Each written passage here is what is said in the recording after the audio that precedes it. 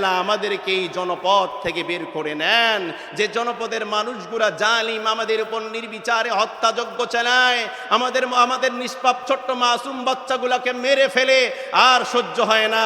আল্লাহ রাব্বুল আলামিন ওয়াজআল লানা মিন লাদুনকা ওয়ালিয়া, তুমি আমাদের জন্য উত্তম বন্ধু পাঠাও। ওয়াজআল লানা মিন লাদুনকা নাসীরা, আল্লাহ রাব্বুল আলামিন তুমি আমাদের জন্য সাহায্যকারী পাঠাও। আল্লাহ আমাদের আর সহ্য হয় না, আর সহ্য হয় না, এই জনপদ থেকে আমাদেরকে বের করে নাও, আর না হলে আমাদের জন্য বন্ধু পাঠাও, আর না হলে আমাদের জন্য সাহায্যকারী পাঠাও। ও বিশ্বের মুসলমানেরা, ও বিশ্বের মুসলমানেরা, তোমাদের কান দিয়ে তোমরা শোনো, তোমার আর্তনাদ কি তোমাদের কানের মধ্যে, হৃদয়ের মধ্যে পৌঁছে না? ওই ফিলিস্তিনের মাজলুম, ওই শিশুগুলা, আবাল বৃদ্ধা বনিতার দোয়া কি তোমাদের কানের মধ্যে যায় না? আজ যদি তোমরা ফিলিস্তিনের পক্ষ নিয়ে সংগ্রামের ঘোষণা যদি না দিতে পারো, জিহাদের ডাক যদি না দিতে পারো, কাল কিয়ামতের দিন ওই ফিলিস্তিনের মাসুম বাচ্চারা আপনার আমার জন্য আল্লাহ রাব্বুল আলামিনের কাঠগড়ায় মামলা দায়ের করবে, বাঁচার কোনো উপায় নেই। কথা বলেন ঠিক কিনা মুসলমান? তাম বিশ্বের মুসলমানদের দেহ একটা, যেমন আপনার একটা দেহ, আপনার পায়ের মধ্যে যদি কাটা চিমটি দেয়, এই ব্যথাটা আপনার মাথা পর্যন্ত চলে আসে। কথা বলেন ঠিক কিনা? আপনি যদি সত্যিকার অর্থেই মুসলমান হন, ইমানদার হন, তাহলে আপনার এক ভাইকে মারবে আর আপনি ব্যথা পাবেন না, তা হয় না। আবার আপনার এক ভাইয়ের বাড়িঘর বম্বিং করে জ্বালিয়ে দিবে, তছনছ করে দিবে, আপনার মনে কষ্ট নিবে না, তা হয় না। আপনি যদি সত্যিকার অর্থেই মুসলমান হন, ছোট্ট নিষ্পাপ ফুলের মতো মাসুম বাচ্চাদেরকে মেরে ফেলবে নির্বিচারে, আপনার অন্তর কাঁদবে না, তা হয় না। আজ বিশ্বের মানবতা নাই, যার কারণে আপনার আমার মুসলমান ভাই নির্যাতিত, অপমানিত, লাঞ্ছিত, বঞ্চিত, পদতলিত, বছরের পর বছর, যুগের পর যুগ ধরে ফিলিস্তিনের ওই নিরহ মুসলমানদেরকে যেমন করে ইচ্ছা তেমন করে মারতেছে। কথা বলেন ঠিক কিনা? কিন্তু আজ ফিলিস্তিনের পক্ষে কথা বলার মতো কেউ নাই। আজকে বিশ্বের মধ্যে 200 কোটি মুসলমান আর মাত্র 80 লক্ষ ইহুদি। 80 লক্ষ ইহুদি আপনার আমার ভাই বোনকে, নিষ্পাপ মাসুম বাচ্চাগুলোকে হত্যা করে নির্বিচারে। অথচ 200 কোটি মুসলমান আমরা চেয়ে চেয়ে দেখি, এর জবাবদিহি আল্লাহর কাছে আছে না নাই? অবশ্যই এর জবাবদিহিতা আল্লাহর কাছে আছে। প্রত্যেকটা মানুষকে, প্রত্যেকটা মুসলমানকে এর জবাবদিহিতা করতে হবে, আল্লাহ পাকের কাঠগড়ায় দাঁড় হতে হবে। কারণ আল্লাহ রাব্বুল আলামিন 1000 বছর আগে কোরআন আল কারীমের মধ্যে সূরা নিসার 75 নং আয়াতের মধ্যে আল্লাহ তাআলা স্পষ্ট করেছেন, ওয়ামা লাকুম লা তুকাতিলুনা ফি সাবিলিল্লাহ ওয়াল মুস্তাদআফিনা মিনার রিজালি ওয়ান নিসাই ওয়াল গিলদানিল্লাযীনা ইয়াকুলুনা রাব্বানা আখরিজনা মিন হাযিহিল ক্বরিয়াতিয যালিমি আহলুহা ওয়াজআল লানা মিন লাদুনকা ওয়ালিয়া ওয়াজআল লানা মিন লাদুনকা নাসীরা। আল্লাহ রাব্বুল আলামিন বললেন, ওহে মুসলমান, ওয়ামা লাকুম লা তুকাতিলুনা ফি সাবিলিল্লাহ, তোমরা কেন সংগ্রাম করছো না, তোমরা কেন জিহাদ করছো না? ওই সমস্ত আবাল বৃদ্ধা বনিতা, দুর্বল যুবক, দুর্বল নারী এবং দুর্বল পুরুষ এবং ছোট্ট ছোট্ট মাসুম বাচ্চা, যারা নিরীহ, নিষ্পেষিত, অপমানিত, লাঞ্ছিত, পদতলিত, কেন তোমরা তাদের পক্ষ নিয়ে জিহাদ করছো না, সংগ্রাম করছো না? ওয়ামা লাকুম লা তুকাতিলুনা ফি সাবিলিল্লাহ, তোমাদের কি হলো? কেন তোমরা তাদের পক্ষ নিয়ে জিহাদ করছো না? কথা বলেন ঠিক কিনা মুসলমান? এই কথা আল্লাহ পাক আজ থেকে 1500 বছর আগে বলে গিয়েছে। আজ ফিলিস্তিনের দিকে তাকান, ফিলিস্তিনের মুসলমানেরা যুগের পর যুগ ধরে নির্যাতিত, অপমানিত, লাঞ্ছিত। ওই যে বাবার কোলে ছোট্ট মাসুম বাচ্চার লাশ, হাত নাই, পা নাই, ক্ষত বিক্ষত, হিংস্র হায়নার মতো খেয়ে ফেলেছে তাদেরকে। নিতর দেহটা বাবা কোলের মধ্যে নিয়ে কাঁদতেছে, আর লাশটা আসমানের দিকে তুলে ধরতেছে। আর বিশ্বের মুসলিমকে দেখাচ্ছে, ও বিশ্বের মুসলিম, ও সৌদি আরব, ও বিশ্বের ক্ষমতাশীল রাষ্ট্র, তোমরা দেখো আমরা মুসলমান, আমাদের কি অপরাধ, নির্বিচারে আমাদেরকে হত্যা করে, আমাদের ফুলের মতো মাসুম বাচ্চাদেরকে হত্যা করে। তোমাদের কি করার কিছু নাই? তোমাদের করার যদি কিছুই না থাকে তাহলে আমরা আল্লাহর কাছে দোয়া করি, রব্বানা, আয় আল্লাহ রব্বুল আলামিন, রব্বানা আখরিজনা মিন হাযিহিল ক্বরিয়াতিয যালিমি আহলুহা ওয়াজআল লানা মিন লাদুনকা ওয়ালিয়্যা ওয়াজআল লানা মিন লাদুনকা নাসীরা। তারা আল্লাহ রাব্বুল আলামিনের কাছে দোয়া করে, রব্বানা আখরিজনা, হে আল্লাহ আমাদেরকে বের করে নেন, আমাদেরকে বের করে নেন, মিন হাযিহিল ক্বরিয়াতিয যালিমি আহলুহা, যে জনপদের লোকজন জালিম, স্বৈরাচার, জালিম, এই জনপদ থেকে আমাদেরকে বের করে নেন। আল্লাযীনা ইয়াকুলুনা রব্বানা আখরিজনা, রব্বানা আখরিজনা মিন হাযিহিল ক্বরিয়াতিয যালিমি আহলুহা ওয়াজআল লানা মিন লাদুনকা ওয়ালিয়্যা ওয়াজআল লানা মিন লাদুনকা নাসীরা। আয় আল্লাহ আমাদেরকে এই জনপদ থেকে বের করে নেন, যে জনপদের মানুষগুলা জালিম, আমাদের উপর নির্বিচারে হত্যাযজ্ঞ চালায়, আমাদের নিষ্পাপ ছোট্ট মাসুম বাচ্চাগুলোকে মেরে ফেলে, আর সহ্য হয় না। আয় আল্লাহ রাব্বুল আলামিন, ওয়াজআল লানা মিন লাদুনকা ওয়ালিয়্যা, তুমি আমাদের জন্য উত্তম বন্ধু পাঠাও, ওয়াজআল লানা মিন লাদুনকা নাসীরা। আয় আল্লাহ রাব্বুল আলামিন, তুমি আমাদের জন্য সাহায্যকারী পাঠাও। আয় আল্লাহ আমাদের আর সহ্য হয় না, আর সহ্য হয় না, এই জনপদ থেকে আমাদেরকে বের করে নাও, আর না হলে আমাদের জন্য বন্ধু পাঠাও, আর না হলে আমাদের জন্য সাহায্যকারী পাঠাও। ও বিশ্বের মুসলমানেরা, ও বিশ্বের মুসলমানেরা, তোমাদের কান দিয়ে তোমরা শোনো, তোমার আর্তনাদ কি তোমাদের কানের মধ্যে, হৃদয়ের মধ্যে পৌঁছে না? ওই ফিলিস্তিনের মাজলুম, ওই শিশুগুলা, আবাল বৃদ্ধা বনিতার দোয়া কি তোমাদের কানের মধ্যে যায় না?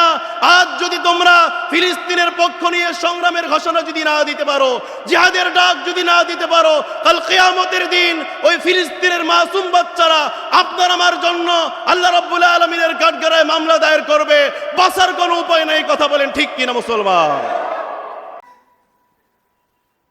আজ মুসলমানেরা আমরা কোথায় গিয়ে দাঁড়িয়েছি?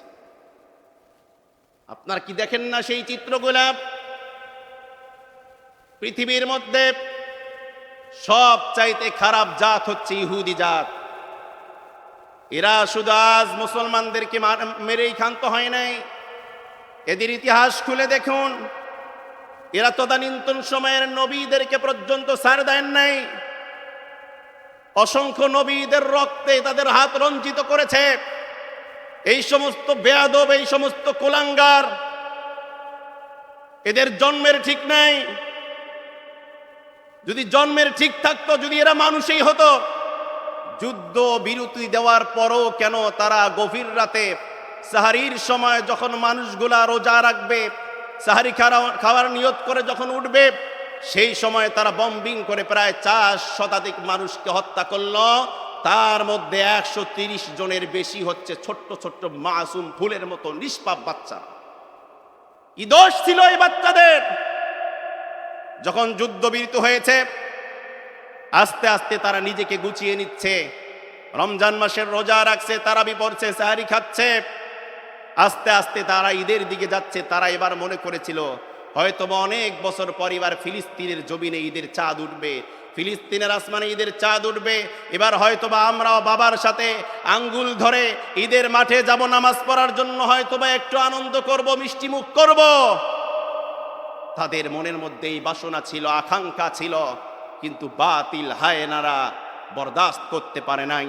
রাতের বেলা, গভীর রাতে ঘুমন্ত মানুষদের উপর যে হত্যাযজ্ঞ তারা চালিয়েছে, এর বিচার পৃথিবীর মধ্যেই হবে, দুনিয়ার মধ্যেই হবে। আমরা সজাগ হয়ে যাই আমার মুসলমান ভাইয়েরা, আমার মুসলমান ভাইয়েরা।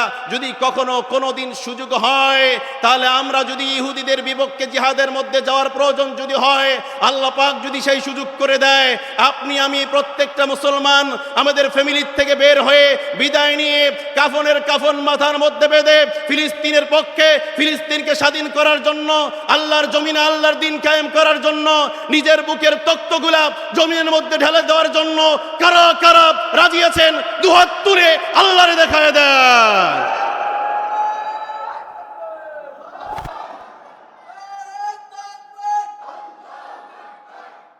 আমার ভাইয়েরা, আমার বন্ধুগণ, কলিজাটা ছিঁড়ে যায়। কয়েক রাত থেকে ঘুম পেরে শান্তি পাই না। খাবার প্লেটটা সামনে নিলে শান্তি নাই। যে মানুষ এত বড় খারাপ হয় কেমনে?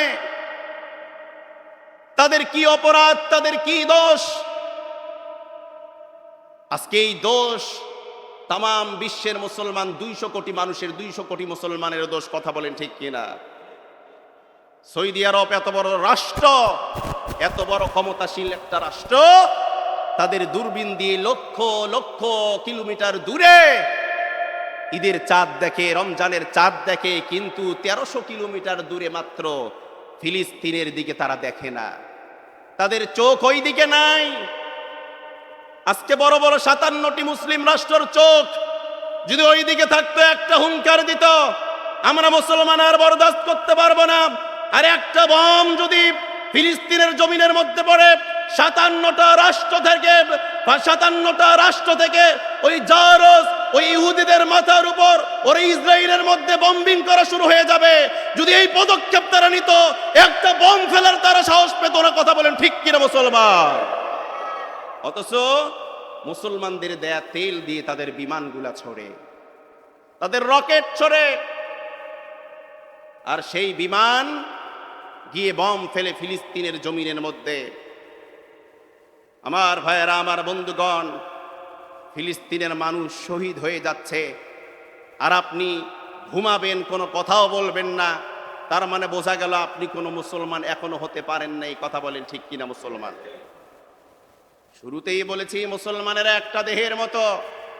দেহের কোনো অংশের মধ্যে যদি ব্যথা পায়, এই ব্যথাটা সারা শরীরে অনুভব করে। আপনি আমি যদি মুসলমান হই, ফিলিস্তিনের মানুষকে যখন হত্যা করে, আর আপনি কেমনে রাতের বেলা ঘুমান? আর আপনি কেমনে ঈদের শপিং করার জন্য বাজারে যান, মার্কেটে যান? আর আপনি কেমনে ইফতারির প্লেট সাজিয়ে নিয়ে বসেন? আর কেমনে আপনি ঈদের জন্য অপেক্ষা করেন? আমার ভাইয়েরা, ওই সমস্ত মুসলমানের জন্য করার কিচ্ছু নাই। আল্লাহ পাক বলছেন, ওমা লাকুম লা তুকাতিলুনা ফি সাবিলিল্লাহ। ওহে মুসলমান, কি হলো তোমাদের? কেন তোমরা তাদের পক্ষ নিয়ে জিহাদ করছো না, সংগ্রাম করছো না? কি হলো তোমার? আজকে যদি তাই হয়, যদি আজকে আমরা সংগ্রাম আর জিহাদের দিকে যদি ধাবিত না হয়, আল্লাহর কাঠগড়ায় দাঁড় হতে হবে, জাহান্নাম ছাড়া উপায় থাকবে না। কথা বলেন ঠিক কিনা মুসলমান? আমার ভাইয়েরা, সেজন্য আমরা যেহেতু মুসলমান, আমাদের দায়িত্ব কি? আমাদেরও বাংলার জমিনে বসে একটা দায়িত্ব আছে না নাই? আল্লাহ পাক হয়তো বা কিয়ামতের ময়দানে ডাক দিয়ে বলবে না, সলিমুদ্দিন কেমনে তুমি জিহাদে যাও নাই? তুমি কেমনে ঘুমিয়েছো? ফিলিস্তিনের মানুষদেরকে মেরেছিল, তোমার কি করণীয় কিচ্ছু ছিল না? কেন তুমি কিছুই করো নাই? হয়তোবা আপনি বলবেন, আল্লাহ, হাজার হাজার কিলোমিটার দূর কেমনে যাব? বিমান তো যাবে না, আমাকে তো নিবে না, রাষ্ট্র তো পারমিশন দিবে না। হয়তোবা আপনি সেটা বলবেন, হয়তোবা আল্লাহ পাক বলবে, তোমার কি করার কিছুই ছিল না? এই মুহূর্তে আপনার আমার জন্য একটা করণীয় আছে। সেটা হচ্ছে, ওই ফিলিস্তিনের মধ্যে ইসরায়েলের শাসক গোষ্ঠীরা বম্বিং করে হত্যা করে, তাদেরকে মারে। অথচ সেই ইসরায়েলের শত শত পণ্য বাংলার জমিনে আছে না নাই? এই যে কোকোলা সহ যত পণ্য আছে, পানি জাতীয় যত অধিকাংশ জিনিসগুলা হচ্ছে ইসরায়েলের পণ্য। আমরা সাবান শ্যাম্পু ব্যবহার করি, অধিকাংশগুলা ইসরায়েলের পণ্য। আমরা যে কোক খাই, এটা ইসরায়েলের পণ্য। স্প্রাইট খাই, এটা ইসরায়েলের পণ্য। এই একটা করে পণ্য কেনা মানে তাদের বম কেনার জন্য সহযোগিতা করা, তাদের রাইফেল কেনার জন্য সহযোগিতা করা। কারণ আপনার সাথে ব্যবসা করে যেটা লাভ হয়, সেটা দিয়ে তারা বম কিনে আপনার ভাইয়ের বুকের মধ্যে বম চালায়, বাড়ি ঘর ঘুরে তাসনাস করে উড়ায় দেয়। কিয়ামতের দিন জিজ্ঞেস করবে, হয়ে বাংলার মুসলমানেরা, ওই মুহূর্তে কি তোমাদের ইসরায়েলের পণ্য বর্জন কেন করতে পারো না? আজকে হিসাব দাও, তারপর জান্নাতের মধ্যে যাও। ইসরায়েলের পণ্য যদি আমরা ইসরায়েলের পণ্যগুলো যদি আজকে আমরা বাদ না দেই, আজকে যদি আমরা এগুলো বাদ না দেই, তাহলে ইসরায়েলের পণ্য কেনার কারণে, তাদের বম কেনার সহযোগিতা করার কারণে কাল কিয়ামতের দিন আসামির কাঠগড়ায় আপনাকে আমাকে দাঁড় হতে হবে। পার পাওয়ার কোনো সুযোগ নাই, কথা বলেন ঠিক ঠিক কিনা? ইসরায়েলের পণ্য বর্জন করতে হবে সময়ের দাবি। খুঁজে খুঁজে বের করেন কোনটা ইসরায়েলের পণ্য, লাথি দিয়ে ফেলায় দেন। খুঁজে খুঁজে বের করেন কোনটা ভারতের পণ্য, লাথি দিয়ে ফেলায় দেন। বাংলাদেশের পণ্য যেমনই হোক সেটাই ব্যবহার করার দরকার আছে না নাই? এতে তো প্রতিবাদ হবেই তো হবে, আর দেশকে আগায় নিয়ে যাওয়া হবে। আপনি যদি বাংলাদেশের পণ্য ব্যবহার করেন আমাদের দেশ আগায় যাবে, আর আপনি ইসরায়েলের পণ্য যদি ব্যবহার করেন, ভারতের পণ্য যদি ব্যবহার করেন, যখন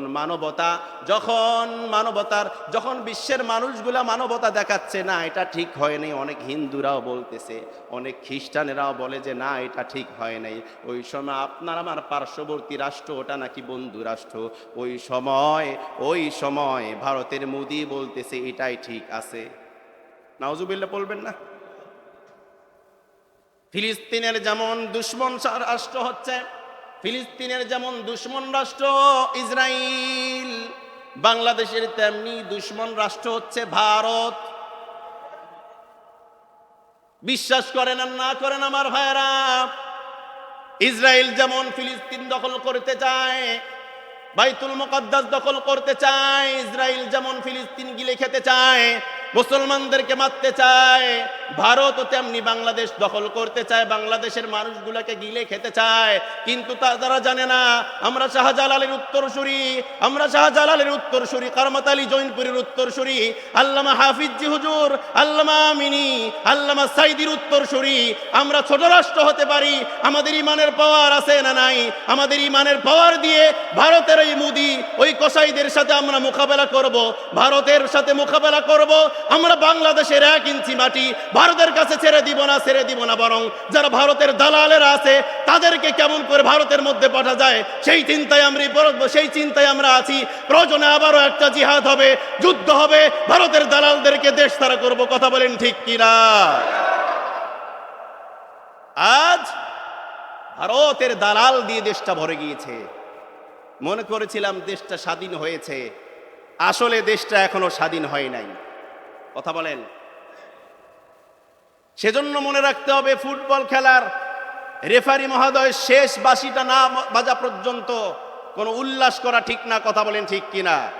30 সেকেন্ড বাকি আছে, এর মধ্যেও একটা গোল ঢুকে যেতে পারে। আমার ভাইরা, আনন্দিত হওয়ার কিছু নাই। অলরেডি বাংলাদেশের অধিকাংশ রাজনীতিবিদদেরকে ভারত তাদেরকে কিনে নিয়েছে, তারা ভারতের গোলাম হয়েছে, তারা ভারতের সুরে ভারতের ভাষায় কথা বলে। আমরাও জানাই দিতে চাই, 24 সালে একবার আওয়ামী লীগ তথা ভারতের বিপক্ষে আমরা সংগ্রাম করেছি। হাজার হাজার ছাত্র, আফামার জনতা জিহাদ করেছে, সংগ্রাম করেছে, এদেশকে স্বাধীন করেছে।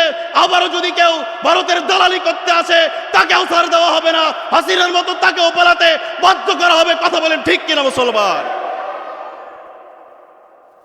বাংলাদেশের এক দামাল ছেলে যার নাম হাসানাত আব্দুল্লাহ, যিনি ওমরের ভূমিকা পালন করতেছে, যিনি সালাউদ্দিন গাজীর ভূমিকা পালন করতেছে, কাউর কাছে মাথা তিনি নত করেন নাই। পুরাটা শরীরের মধ্যে দেশপ্রেম। তুমি যদি রাজনীতি করো, তুমি যদি নেতা সাজো, তুমি যে দলের হও না কেন, তোমার প্রথম বৈশিষ্ট্য সেটা থাকবে, সেটা হচ্ছে দেশপ্রেম। এই দেশের বিপক্ষে, জাতির বিপক্ষে কোনো চক্রান্ত করা হবে না, কোনো চক্রান্ত এই জাতি মেনে নেবে না। যদি সত্যিকার অর্থেই তুমি রাজনীতিবিদ হও, যে দল করো না কেন, দেশপ্রেম যদি তোমার ভিতরে না থাকে, ভারতের প্রেম যদি তোমার ভিতরে থাকে, তাহলে তোমাকেও দিল্লি পাঠাতে হবে। কথা বলেন ঠিক কিনা মুসলমান? হাসানাত আব্দুল্লাহকে ধন্যবাদ। হাসানাত আব্দুল্লাহ, তুমি হয়তোবা থাকবে না, কিন্তু তোমার এই কথা, তোমার এই ভাষণ, তোমার এই স্ট্যাটাস কিয়ামত পর্যন্ত থাকবে। বাংলাদেশের যুবকেরা সেখান থেকে শিক্ষা নিবে, দেশ রক্ষার জন্য তারাও নিয়োজিত হবে। কথা বলেন ঠিক কিনা মুসলমান? চিন্তা করছেন, অলরেডি সব রাজনীতিবিদকে কিনে নিয়েছে ভারত।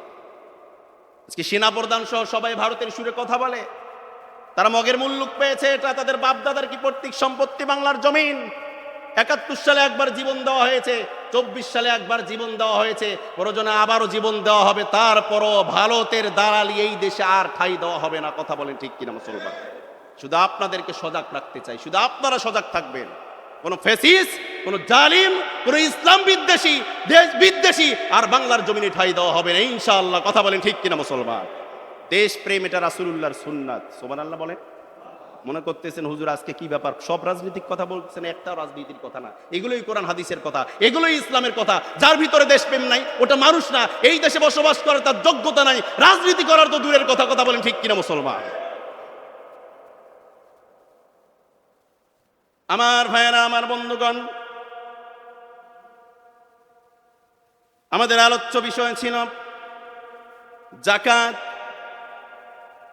জাকাত কাদেরকে দিব, কাদের উপর জাকাত খরচ হয়েছে, এই কথাগুলাও জানার দরকার আছে না নাই? জোরে বলেন না কেন, আছে না নাই? তার আগে আর একটা কথা বলতে চাই, সেটা হচ্ছে ইতিকাফ। সুবহানাল্লাহ বলবেন না? ইতিকাফের ওয়াজ করে এই মসজিদে কোনো লাভ হবে বলে আমার মনে হয় না। কারণ এই এলাকার মানুষ ইতিকাফ করতে চায় না। কেন চায় না আমি সেটা জানি না, আপনারাই জানেন। ইতিকাফ এত বড় ফজিলতপূর্ণ বিষয়, আল্লাহ রাসূল সাল্লাল্লাহু আলাইহি ওয়াসাল্লাম রমজান মাস পড়েছে আর ইতিকাফ করেন নাই, এরকমটা নাই। বরং শেষ সময়, শেষ বছর যখন রোজা করেছিলেন, 10 দিন নয়, তিনি 20টা দিন ইতিকাফ করেছিলেন। জোরে বলেন সুবহানাল্লাহ। ইতিকাফ হচ্ছে 3 প্রকার। জীবনে হজ করতে পারবো কিনা তাও জানি না, হজ করলেও কবুল হবে কিনা তাও জানি না। কিন্তু আমার ভাইরা, আমার বন্ধুগণ, কোন ব্যক্তি যদি আল্লাহর জন্য, আল্লাহকে রাজি খুশি করার জন্য লাইলাতুল কদর তালাশের উদ্দেশ্যে যদি ইতিকাফ থাকে, শেষ দশকে যদি ইতিকাফ থাকে, আল্লাহ পাক তার আমলনামায় 2টা কবুল হজ, 2টা কবুল উমরার সওয়াব তার আমলনামায় দান করে। চিন্তা করা যায়? তাহলে এই ফজিলত থেকে মা বোনরাও মাহরুম হবে না। তারাও ইতিকাফ করতে পারবে, কিন্তু তারা মসজিদে ইতিকাফ করতে পারবে না। তারা নির্জন কোনো জায়গার মধ্যে, তাদের বাড়ির মধ্যে একটা কর্নারের মধ্যে নির্জন এলাকায়, একটা নির্জন জায়গার মধ্যে তারাও এই 10 দিন বসে বসে ইতিকাফ করলে আল্লাহ পাক সমপরিমাণ সওয়াব তার আমলনামায় দান করবে। আল্লাহু আকবার বলেন। অথচ কত মানুষ মুরব্বী হয়ে গিয়েছে, আগামী সামনের রমজান পাবে কিনা সেও জানে না, আমরাও জানি না। কত যুবক প্রতিদিন দুনিয়ার থেকে চলে যাচ্ছে, কত মুরব্বী চলে যাচ্ছে। আজরাইল আসলে আপনি ব্যস্ততা দেখালেও কোনো লাভ হবে না। আপনি ব্যবসা করেন সেজন্য ইতিকাফ থাকবেন না, এইটা হয়তো বা বুঝ দিবেন। আপনি চাকরি করবেন সেজন্য ইতিকাফ থাকবেন না, সংসার করবেন সেজন্য ইতিকাফ থাকবেন না। কিন্তু আজরাইল যদি আসে, যত বড় অজুহাত দেখান না কেন, আজরাইলের হাত থেকে বাঁচার কোনো উপায় আছে নাকি?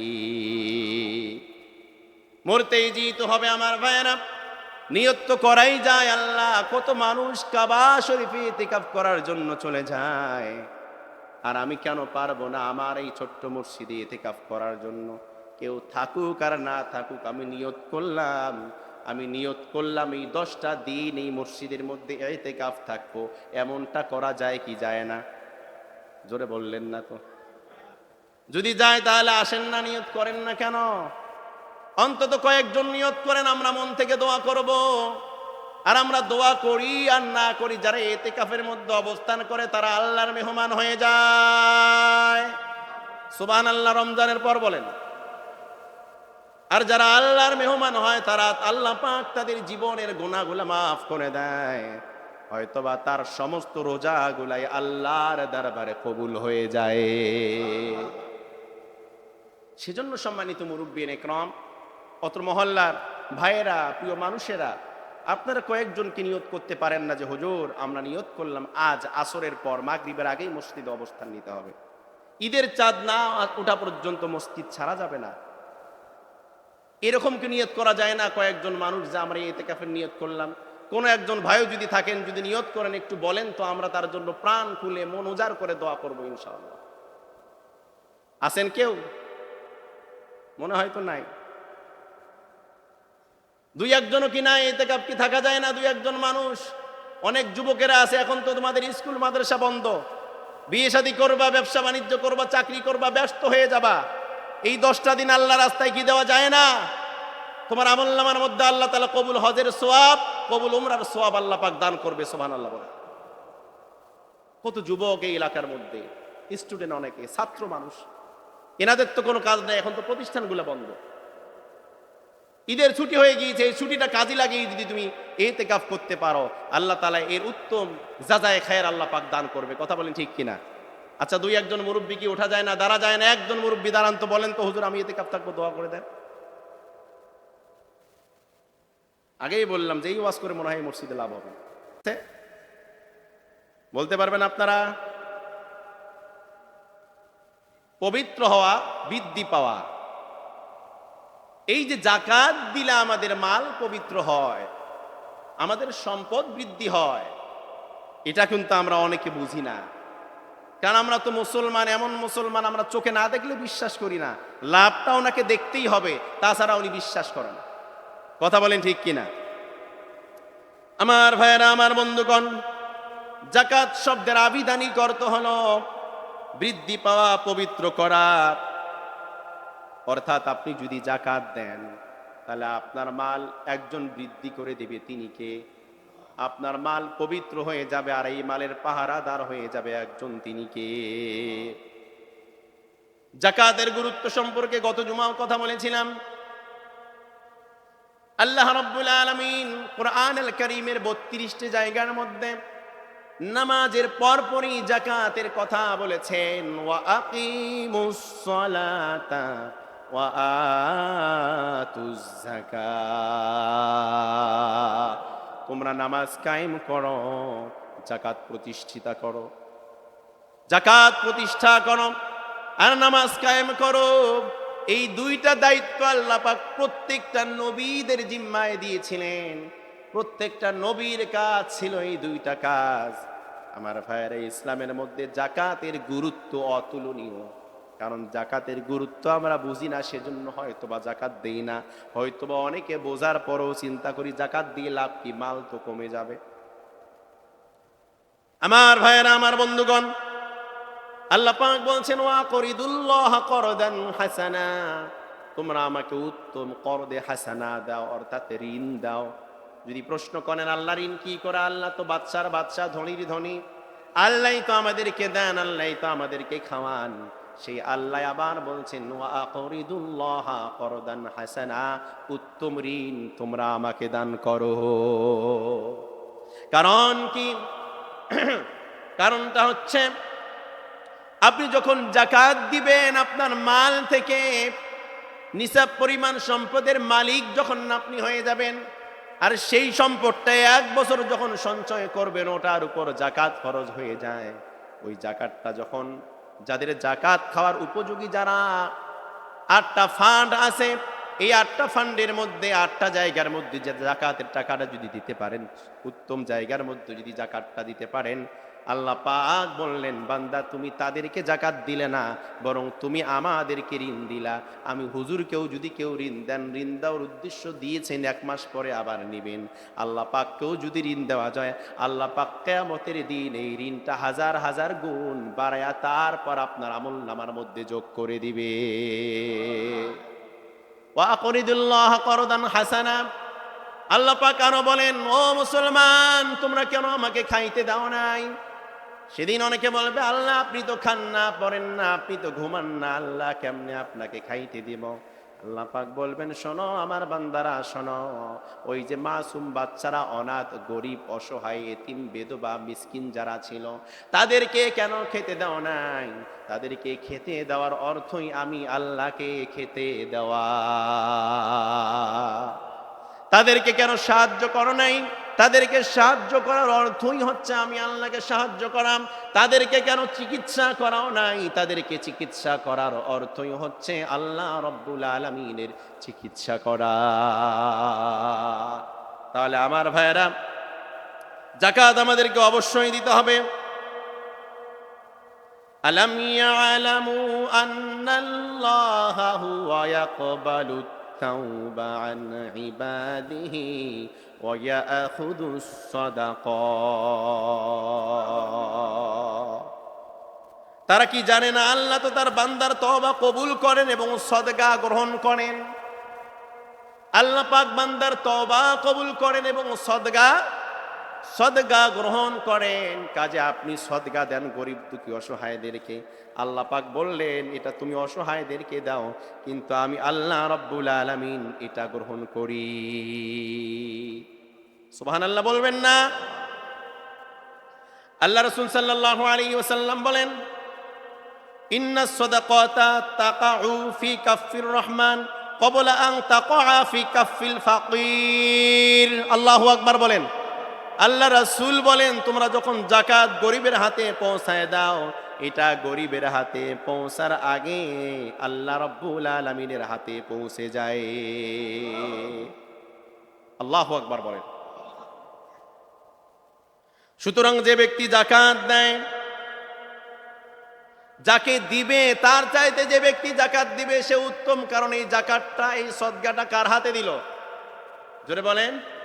আল্লাহর হাতে দিল। সেজন্য আমার ভাইয়েরা যাকাত আমাদেরকে অবশ্যই দিতে হবে, এটা আমাদের উপর ফরজ দায়িত্ব। কাদের উপর দায়িত্ব? যদি আপনার ঘরের মধ্যে, আপনার ফান্ডের মধ্যে, আপনার ব্যাংকের মধ্যে, আপনার বাড়ির মধ্যে 7.5 ভরি স্বর্ণ অথবা এই পরিমাণ টাকা আপনার কাছে জমা থাকে, তাহলে এটার উপর 1 বছর জমা থাকলে এটার উপর যাকাত ফরজ হয়ে যায়। সুবহানাল্লাহ বলেন। 7.5 ভরি স্বর্ণ অথবা 52.5 ভরি রূপা, এটা যদি আপনার থাকে এটাকে হিসাব করবেন। এখন তো স্বর্ণের দাম অনেক বেশি, স্বর্ণের নিসাব যদি বাদ দিয়ে আপনি রূপার নিসাবটাও যদি ফলো করেন, তারপরেও অনেকের মধ্যে যাকাত ফরজ হয়ে যাবে। আর এই ফরজ যাকাতটা অবশ্যই দিতে হবে। আপনি সারা জীবন দান করেছেন কিনা, সদকা করেছেন কিনা, আল্লাহ তাআলা হয়তোবা আপনাকে ধরতেও পারে, নাও ধরতে পারে। কিন্তু আপনি যদি কোনো একবারের যাকাত আপনি না দেন, আপনি ফরজ বিষয় লঙ্ঘন করলেন, ফরজ শরীয়ত লঙ্ঘন করলেন। তার কারণে নামাজ না পড়লে যেমন হিসাব হবে, যাকাত না দিলেই তেমনি হিসাব হবে। হিসাব না দেওয়া পর্যন্ত আপনি আমি জান্নাতে যেতে পারবো না। যাকাতের এতই গুরুত্ব, কোরআন হাদিসে এত বেশি কথা আসছে যাকাতের। তাহলে যাকাত কারা দিবে, কাদেরকে দিবে, যাকাত না দিলে কি হবে, এই কথাগুলোও জানার দরকার আছে না নাই? আল্লাহ তাআলা তৌফিক দান করুক, সকলে বলি আমিন। তারপর আমরা ফিতরা দিব সর্বনিম্ন 110 টাকা। কয় টাকা? 110 টাকা। আপনার পরিবারের 5 জন সদস্য থাকলে আপনার 600 টাকা ফিতরা, এটা একজনকে দিয়ে দেন। টাকা দেন অথবা খাবার কিনে দেন, হক আদায় হয়ে যাবে। কিন্তু অনেকের ঘরে পর্যাপ্ত পরিমাণ খাবার থাকে, কি চিকিৎসার টাকার দরকার হতে পারে, খাবারের টাকার দরকার হতে পারে, এটা আপনি আমি জানি না। সেই ক্ষেত্রে টাকা দেওয়াও ঠিক হবে, সমস্যা হবে না। আর মেন বিষয় হচ্ছে ইতিকাফ থাকার আপনারা নিয়ত করেন। হাফেজে কোরআনদের মাধ্যমে আমরা তারাবির নামাজ পড়তেছি, কোরআনুল কারীম জীবনে একটা খতমও দেই নাই। আপনার আমার মসজিদের মধ্যে কোরআনুল কারীম খতম হয়ে যাচ্ছে হাফেজদের মাধ্যমে। তাদের একটা সম্মানই আছে না নাই? সারা বিশ্বের মধ্যে দেয় কি দেয় না? তাহলে আপনারা অবশ্যই তাদেরকে সম্মান করবেন। তাদেরকে সম্মানী, তাদেরকে এটা সম্মানী। তাদের এই ঋণ তো আমরা কোনোদিন শোধ করতে পারবো না, কিন্তু তাদেরকে একটা সম্মানী, এটা আমাদের দেওয়াটা অপরিহার্য দায়িত্ব আর কর্তব্য। সেক্ষেত্রে আপনারা যারা এই পদক্ষেপে যারা আপনারা সজাগ আছেন, অবশ্যই তারাবির নামক যে খতমটা আমাদের মসজিদে হচ্ছে, এর টাকা পয়সা আপনারা যারা দেন 27 তারিখের পরে দিলে হবে না আগে দিলে হবে? জোরে বলেন। অনেককে তো লাইট জ্বালাও খুঁজে পাওয়া যায় না, কমিটি খুঁজেই পায় না। এটা উচিত আপনার গতবার যেটা দিয়েছেন তারা চাইতে কম দিবেন না বেশি দিবেন, কারণ সব জিনিসের দাম বেশি, সম্মানী বাড়াতে হবে। কিন্তু হুজুরের সম্মানী বাড়ে না, কমে, কথা কয় না। পারলে আরো কমায়, কমাইতে কমাইতে হুজুর এটাই চলুক, সামনের ঈদ দেখা যাক। আছে না নাই? সজাগ হয়ে যান আমার ভাইয়েরা। আল্লাহর কাঠ গাড়ায় দাঁড় হতে হবে। মসজিদের সব কিছুর মূল্য আছে, পেশাবখানার পর্যন্ত মূল্য আছে, যে টাইলস করতে হবে। কেন? বাইরের মানুষ আসি মসজিদের মধ্যে পেশাব করে, মসজিদের পেশাবখানায় যদি টাইলস না লাগায় মানুষে কি হবে? অথচ ইমামের বেতনের খবর নাই, বোনাসের খবর নাই, হাদিয়ার খবর নাই। এরকম কমিটি বাংলাদেশের মধ্যে আছে না নাই?